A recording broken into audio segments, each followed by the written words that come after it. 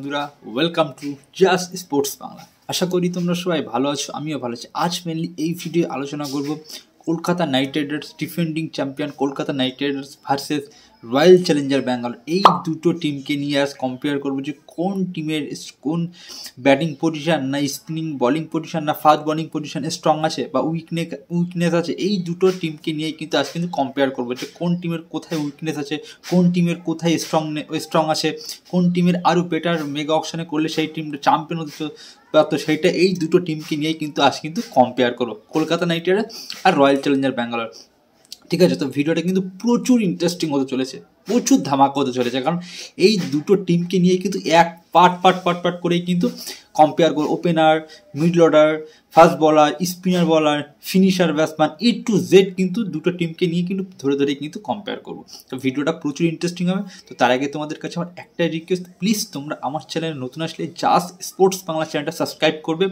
আর যদি তোমাদেরকে মনে হয় যে ভিডিওটা ভালো লেগেছে তাহলে ভিডিওটা লাইক করবে আর ভিডিওটা বেশি করে শেয়ার করবে, এটাই তোমাদের কাছে আমার রিকোয়েস্ট। তো আর দেরি না করে ফার্স্ট একটু দেখে নেই যে অকশনের আগে এই দুটো টিম কোন কোন প্লেয়ারগুলোকে রিটেন করেছে, তারপরে তারা মেগা অকশন থেকে কোন প্লেয়ারগুলোকে পারচেস করেছে। তো ফার্স্ট একটু দেখে নিচ্ছে কলকাতা নাইট রাইডার্স মেগা অকশনের আগে কোন প্লেয়ারগুলো রিটেন করেছিল। তো ফার্স্ট তারা কিন্তু রিঙ্কু সিং, বরুণ চক্রবর্তী, হর্ষিত রানা, রামানদীপ সিং এই চারটে ইন্ডিয়ান প্লেয়ারকে রিটেন করেছিল। তার সঙ্গে কলকাতা নাইট রাইডার্স দুটো ওভারসিজ প্লেয়ার রিটেন করেছিল, সেটা হচ্ছে সুনীল নারিন আর আনজে রাসেল। কলকাতা মেবি 6টা প্লেয়ার কিন্তু রিটেন করেছে অকশনের আগে। ঠিক আছে, এবারে তারপরের team RCB royal challenger Bangalore অকশনের আগে 3টে প্লেয়ারকে কিন্তু তারা রিটেন করেছিল। ফার্স্ট বিরাট কোহলি, সেকেন্ড কিন্তু তারা রিটেন করেছিল কিন্তু যে প্লেয়ারটা সেটা হচ্ছে রজত পাটিদার আর কিন্তু ইয়াশ দয়াল, এই 3টে প্লেয়ারকে কিন্তু রিটেন করেছিল। তো মেগা অকশনে কিন্তু 83 কোটি টাকা পার ছিল কিন্তু রয়্যাল চ্যালেঞ্জার ব্যাঙ্গালোরের কাছে, আর কলকাতা নাইট রাইডার্সের কাছে কিন্তু 51 কোটি টাকা কিন্তু পার ছিল।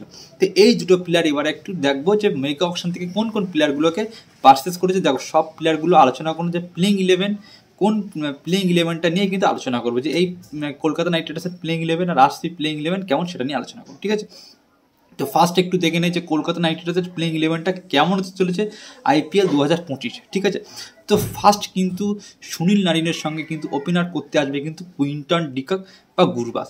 তবে প্রথমে কিন্তু কুইন্টন ডিকককেই কিন্তু সুযোগ দেবে কলকাতা নাইট রাইডার্সের সাথে। কিন্তু কুইন্টন ডিকক আর কিন্তু গুরবাজ কিন্তু দারুণ ফর্মে আছে, দুর্ধর্ষ কিন্তু ফর্মে আছে। ঠিক আছে, তো কুইন্টন ডিকক আর সুনীল নারিন ওপেন করবে। 3 নম্বর পজিশনে কিন্তু কলকাতার হয়ে ব্যাট করতে আসবে কিন্তু আঙ্ক্রিস রঘুবংশী আর কিন্তু আজিঙ্কিয়া রিহানে। এই দুটো প্লেয়ারের মধ্যে একটা প্লেয়ার কিন্তু কলকাতা 3 নম্বর পজিশনে কিন্তু সামলাবে। ঠিক আছে, 4 নম্বর পজিশনে কিন্তু কলকাতা নাইট রাইডার্সে যে সব থেকে বেশি টাকায় যে প্লেয়ারটা কিন্তু সেটা হচ্ছে ভেঙ্কটেশায়ার কিন্তু ক্যাপ্টেন কলকাতা নাইট রাইডার্সের। 4 নম্বরে কিন্তু ভেঙ্কটেশায়ার দারুণ ফর্মে খেলছে। সৈয়দ মুস্তাক আলী ট্রফি প্রত্যেকটা ম্যাচে কিন্তু উইনিং ইনিংস কিন্তু খেলছে। 5 নম্বর পজিশনে কিন্তু রিঙ্কু সিং কলকাতা নাইট রাইডার্স হয়ে খেলবে। 6 নম্বর পজিশনে কিন্তু আন্ডে রাসেলকে কিন্তু প্রমোট করবে। 7 নম্বরে কিন্তু রামানদীপ সিং খেলবে। 8 নম্বরে কিন্তু হর্ষিত রানা। দেখো হর্ষিত রানায় কিন্তু সে দারুণ কিন্তু ব্যাট করতে পারে, ডোমেস্টিক ক্রিকেটে কিন্তু প্রচুর রান করেছে কিন্তু এই হর্ষিত রানা। তো হর্ষিত রানা কিন্তু লাস্টে এসে কিন্তু সে বড় 6 মারতে পারে। তো হর্ষিত রানা 8 নম্বরে। 9 নম্বরে কিন্তু আন্ড্রিক নকিয়া বা স্পেন্সার জনসন, এই দুটো ওভারসিজ প্লেয়ারের মধ্যে একটা কিন্তু ফাস্ট বলার ইউনিট কিন্তু সামলাবে। সিনিয়র প্লেয়ার কিন্তু আন্ড্রিক নকিয়ার উপরেই কিন্তু কলকাতায় কিন্তু প্রথমে সুযোগ দেবে। 10 নম্বর পজিশনে কিন্তু বৈভব আরোরাকে তারা সুযোগ দেবে, কারণ বৈভব আরোরা কিন্তু নেক্সট সিজন চ্যাম্পিয়ন হওয়ার পিছনে কিন্তু কলকাতার কিন্তু প্রচুর উইকেট নিয়েছিল কিন্তু এই বৈভব আরোরা পাওয়ার প্লেয়ার, সুইং বল করতে পারে, দারুণ প্লেয়ার। 11 নম্বরে কিন্তু কলকাতার চক্রবর্তী অর্থাৎ বরুণ চক্রবর্তী, মিষ্টি স্পিনার, অবভিয়াসলি তো তাকে ছাড়া কোনো জায়গায় না তাকে খেলানো। ঠিক আছে, বরুণ চক্রবর্তী 11 নম্বরে। আর ইম্প্যাক্ট প্লেয়ার হিসেবে কিন্তু কলকাতা নাইট রাইডার্স কিন্তু যদি কোনো যদি কলকাতা নাইট রাইডার্স যদি মানে প্রথমে ব্যাট করে, যদি তাদের ওপর থেকে ব্যাটসম্যানগুলো যদি আউট হয়ে যায় তাহলে কিন্তু কলকাতা নাইট রাইডার্স কিন্তু মনীষ পান্ডেকে কিন্তু ইম্প্যাক্ট প্লেয়ার হিসেবে খেলাতে পারে।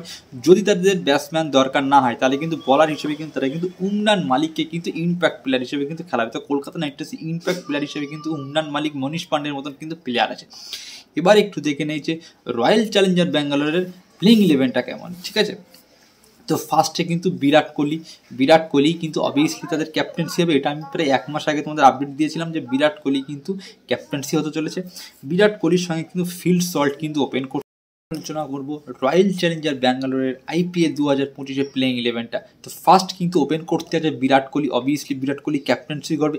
এই আপডেটটা সবার আগে আমি তোমাদের দিয়েছিলাম যে বিরাট কোহলি কিন্তু এবার কিন্তু ক্যাপ্টেন্সি করতে পারে, ঠিক আছে। তো বিরাট কোহলির সঙ্গে কিন্তু ফিল্ড সল্ট কিন্তু ওপেনার করবে। 3 নম্বর পজিশনে কিন্তু দেবদত্ত পাটিকাল। এই দেবদত্ত পাটিকাল কিন্তু প্রথম RCBর হয়েই খেলেছে, তো দেবদত্ত পাটিকাল কিন্তু ব্যাক করেছে। দেবদত্ত পাটিকাল কিন্তু 3 নম্বর পজিশনে কিন্তু দারুণ ব্যাট করতে পারে। 4 নম্বর পজিশনে কিন্তু রাজত পাটিদারকে কিন্তু তারা কিন্তু ব্যাক করবে। 5 নম্বর পজিশনে কিন্তু কুণাল পান্ডিয়াকে কিন্তু তারা কিন্তু ব্যাক করবে, কারণ কুণাল পান্ডিয়া কিন্তু সে কিন্তু ব্যাট করতে পারে, সে কিন্তু ব্যাটিং অলরাউন্ডার। কুণাল পান্ডিয়া কিন্তু 5 নম্বরে কিন্তু দারুণ কিন্তু ব্যাট করতে পারে, ঠিক আছে। 6 নম্বর পজিশনে কিন্তু লিয়াম লিভিংস্টোন 6 নম্বরে আসবে। আর 7 নম্বর পজিশনে কিন্তু টিম ডেভিডকে কিন্তু তারা কিন্তু ব্যাক করবে, ঠিক আছে। হয় টিম ডেভিড লিয়াম লিভিংস্টোন দুটোই কিন্তু ফার্স্ট প্লেইং 11-এ খেলবে। তো 6 নম্বরে কিন্তু লিয়াম লিভিংস্টোন আর 7 নম্বরে কিন্তু টিম ডেভিড ফিনিশার ব্যাটসম্যান হিসেবে এই দুজনে কিন্তু খেলবে।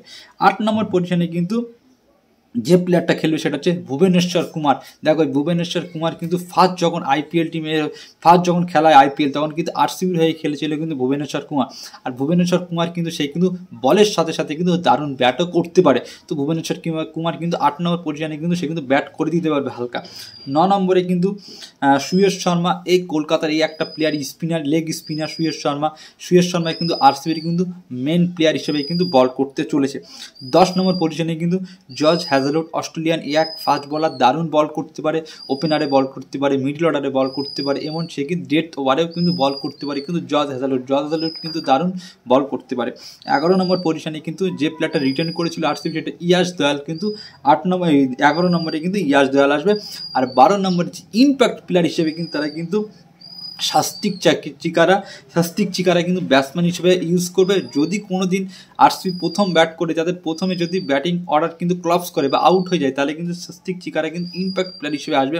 আর যদি তাদের কোনো ব্যাটসম্যান দরকার না হয় ইম্প্যাক্ট প্লেয়ার হিসেবে, তাহলে কিন্তু তাদের রাশিদ সালাম কিন্তু বলারকে কিন্তু ইম্প্যাক্টে ইউজ করতে পারে, ঠিক আছে। তো এইবার আমি মেনলি আলোচনা করব যে দুটো KKR আর RCB এই দুটো টিমকে নিয়ে কোথায়কার স্ট্রংনেস কোথায়কার উইকনেস সেটা নিয়ে কিন্তু আলোচনা করবো, কাদের কত পয়েন্ট সেটা নিয়ে কিন্তু আলোচনা করবো। ফার্স্ট কিন্তু আলোচনা করবো যে কলকাতা নাইট রাইডার্সের ওপেনার কিন্তু কুইন্টন ডিকক আর সুনীল নারিন। আর RCBর কিন্তু ওপেন করবে কিন্তু বিরাট কোহলি আর কিন্তু ফিল্ড সল্ট।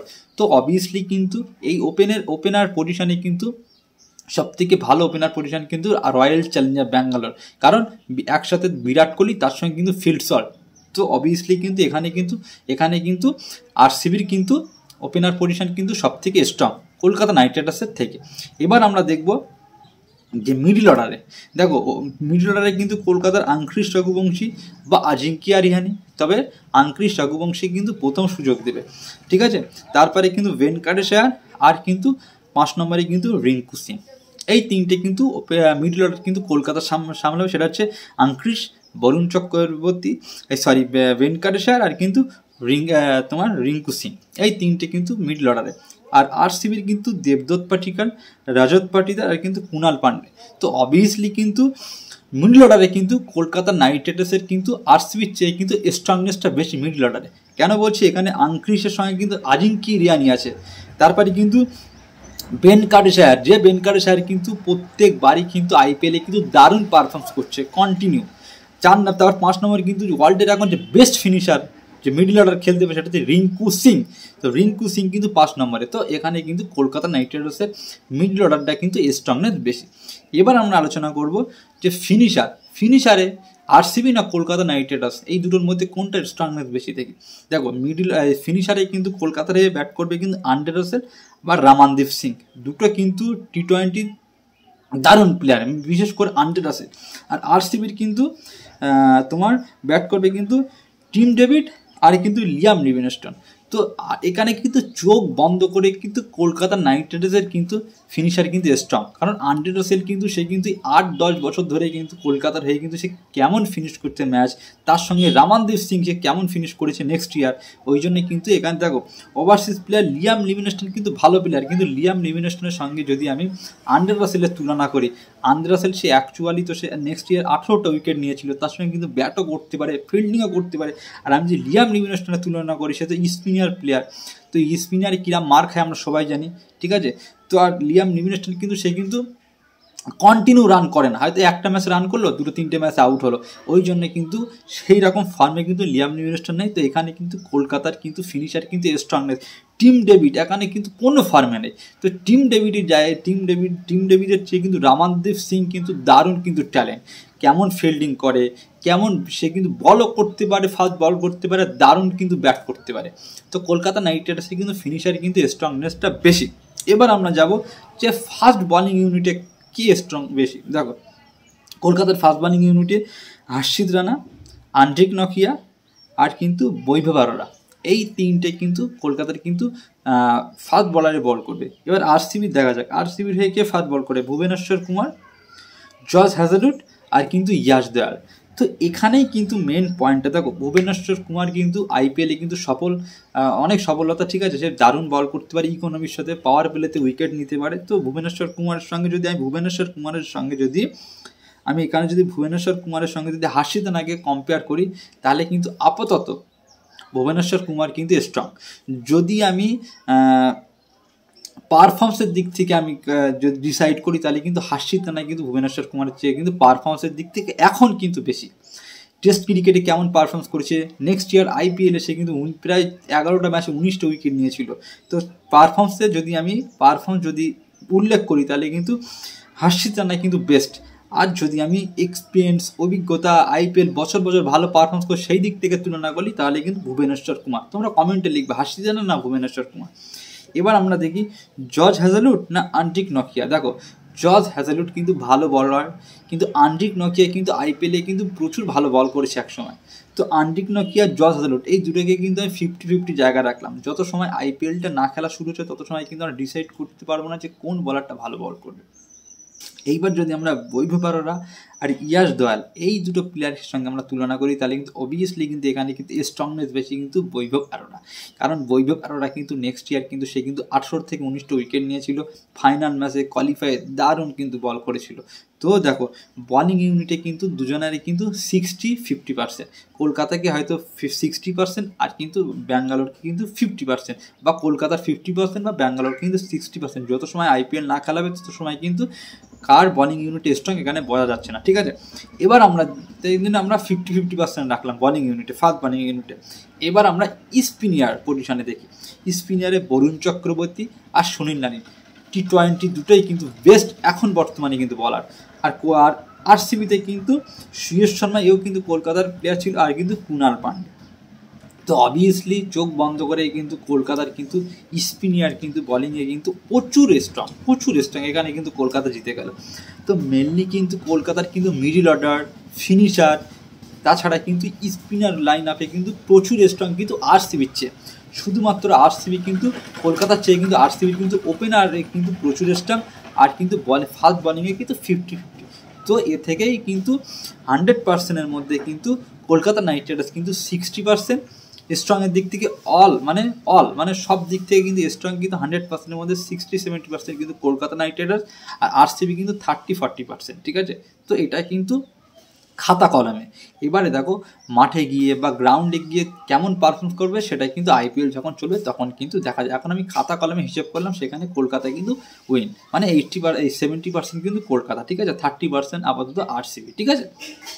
তো আর কি আজ কিন্তু কলকাতার আরসিবিকে নিয়ে কিন্তু কম্পেয়ার করলাম, পরের দিন কিন্তু মুম্বাই কলকাতাকে নিয়ে, কাল কিন্তু মুম্বাই আর কলকাতাকে নিয়ে কিন্তু কম্পেয়ার হবে। প্রচুর ইন্টারেস্টিং কিছু এপিসোড আনতে চলেছি। তো তার আগে তোমাদের কাছে আমরা একটাই request, please just sports Bangla চ্যানেলটা যদি তোমরা এখনও সাবস্ক্রাইব না করে থাকো, তাহলে প্লিজ চ্যানেলটা সাবস্ক্রাইব করবে, কারণ এরপর থেকে কিন্তু প্রচুর ক্রিকেট নিয়ে এমন এপিসোড আসবে না, প্রচুর ইন্টারেস্টিং এপিসোড আনতে চলেছি।